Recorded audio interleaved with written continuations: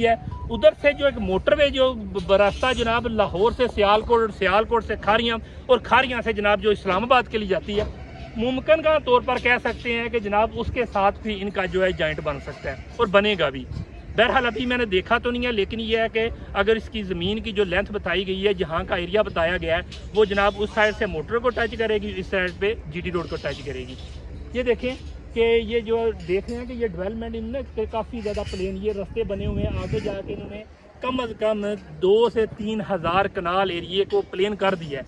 बस अब इसमें ये अंडरपास निकलना और अंडरपास के बाद बाकायदा तौर पे बस रोडें निकलनी है और रोड के बाद एक नक्शे के मुताबिक लोगों को अगले 1 साल के अंदर, 6 माह भी मुमकिन है, लेकिन 1 साल के अंदर लोगों को पोसेशन लाजमी मिल जाएगी।